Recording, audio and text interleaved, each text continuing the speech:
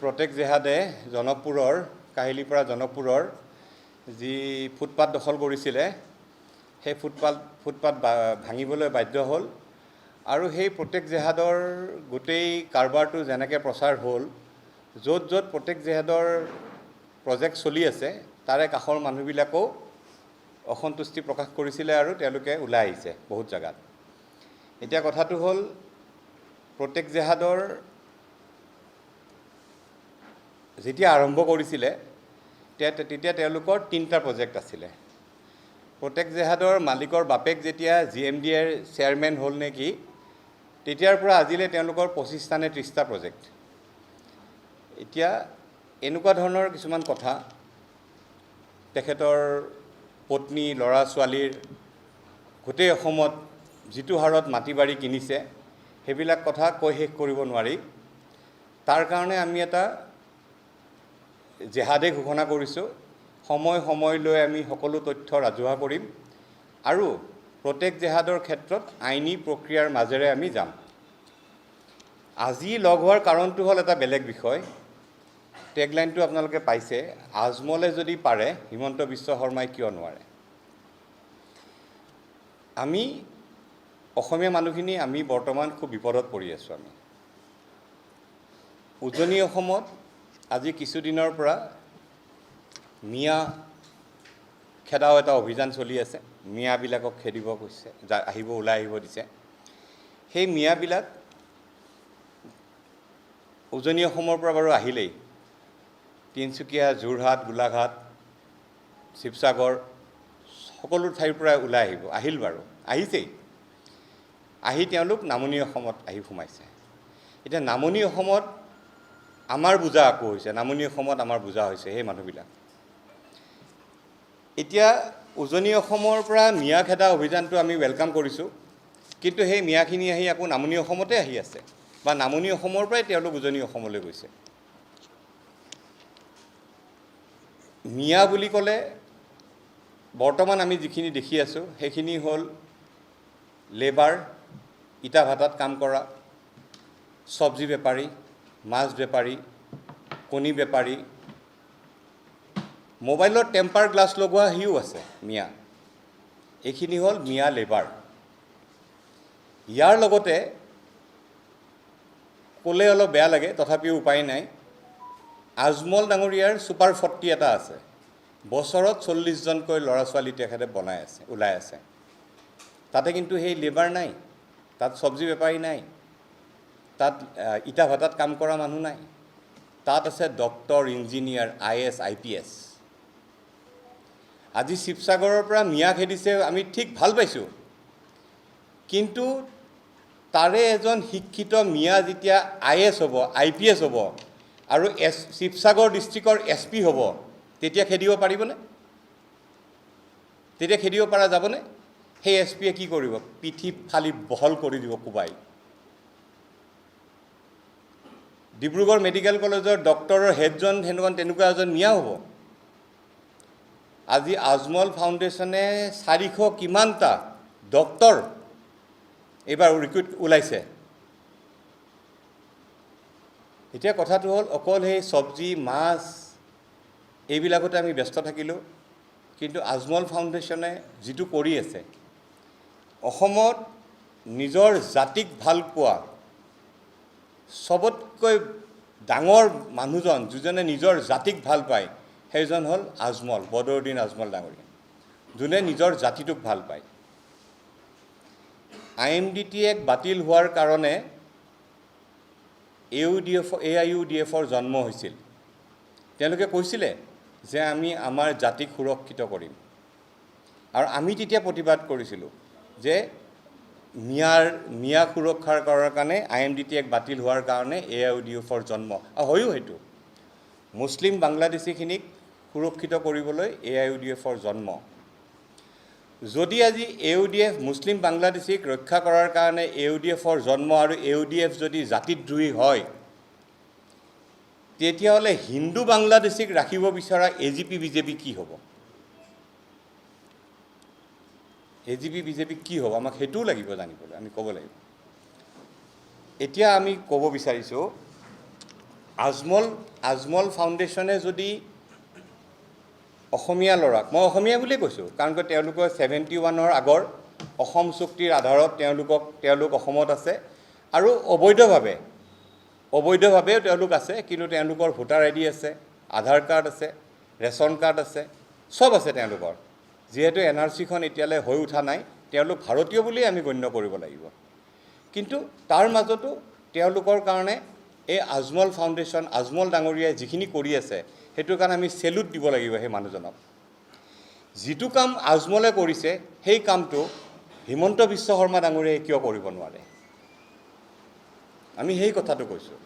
হিমন্ত বিশ্ব শৰ্মা ডাঙৰীয়াক আমি দেখি আহিছোঁ আজি অত বছৰৰ পৰা। মিয়া মিয়া বুলি কৈ থাকে, কথাই কথাই মিয়া মিয়া বুলি কয়। হিমন্ত বিশ্ব শৰ্মাই কিয় এই কামটো কৰিব নোৱাৰে? কিয় 50জন অসমীয়া ল'ৰা ছোৱালীক তেখেতে ফাউণ্ডেশ্যন খুলি পেলাই, দেউতাকৰ এটা ফাউণ্ডেশ্যন আছেই, তেখেতৰ পিতৃৰ এটা ফাউণ্ডেশ্যন আছেই, সেই ফাউণ্ডেশ্যনত কিয় 40টা বা 50টা অসমীয়া ল'ৰা যোন UPSC ক্ৰেক কৰিব, IAS হ'ব, IPS হ'ব, ডক্টৰ হ'ব, ইঞ্জিনিয়াৰ হ'ব, আমাৰ অসমত শাসন কৰিব, কিয় কৰিব নোৱাৰে? কাৰণ তেখেত ৰাজনীতিবিদ, তেখেতে নকৰে। তেখেতৰ পৰিবাৰে কিয় কৰিব নোৱাৰে? তেখেতটো এগৰাকী মহিলা, উদ্যোগী মহিলা, ৰিণিকী ভূঞা শৰ্মা।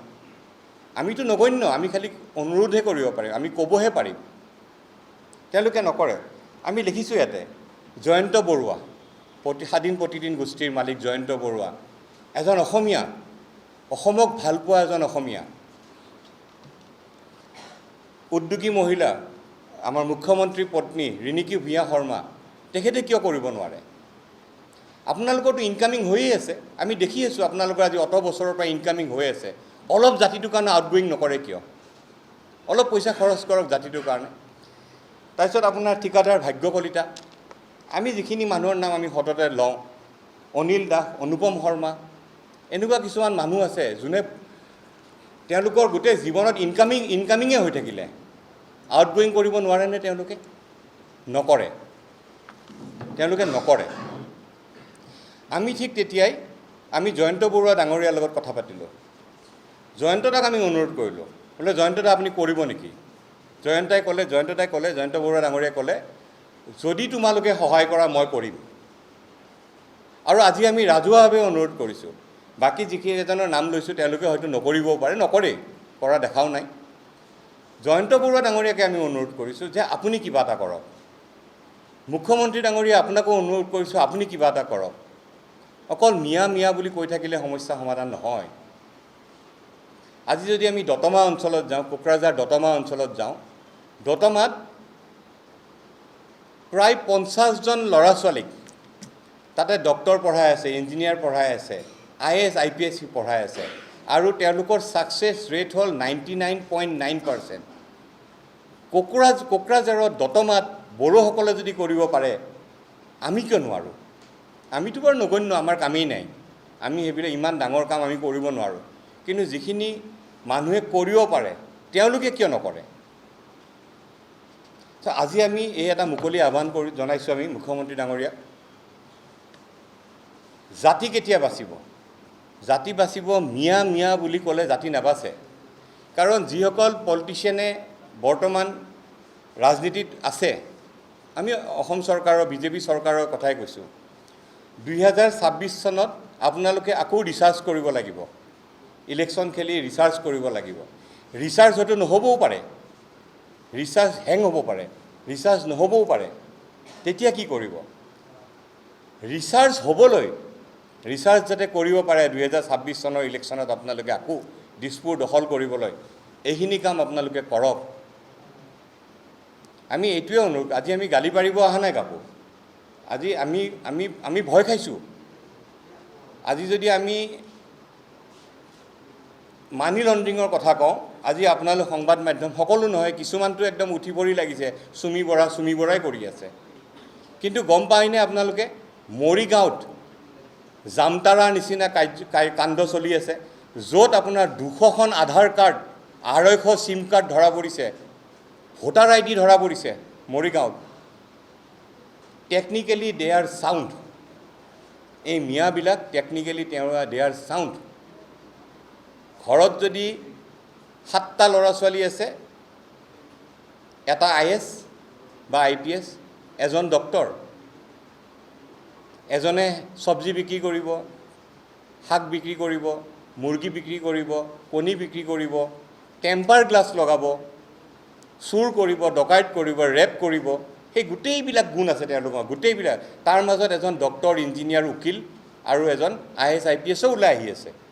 আজি দেখাত হয়তো আমি পোৱা নাই, কিন্তু আহি আছে। আমাৰ মাজত আমি কিয় কৰিব নোৱাৰোঁ? ডক্তৰ, ইঞ্জিনিয়াৰ আমি কিয় বনাব নোৱাৰোঁ?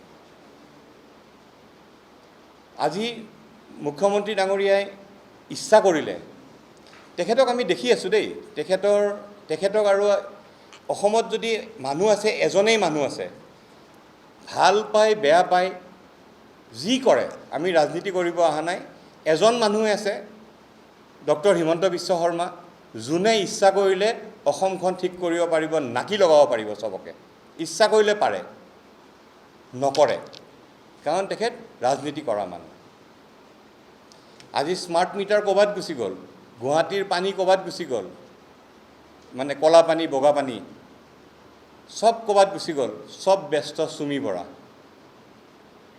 কিন্তু মৰিগাঁৱত যিটো হৈ আছে, জামতাৰাতকৈ ভয়ংকৰ কাণ্ড যিটো হৈ আছে, আজি আমি মুখ্যমন্ত্ৰী ডাঙৰীয়াক অনুৰোধ কৰিছোঁ, NRCখন ৰিভেৰিফিকেশ্যন কৰক আৰু শুদ্ধ এখন NRC প্ৰস্তুত কৰক।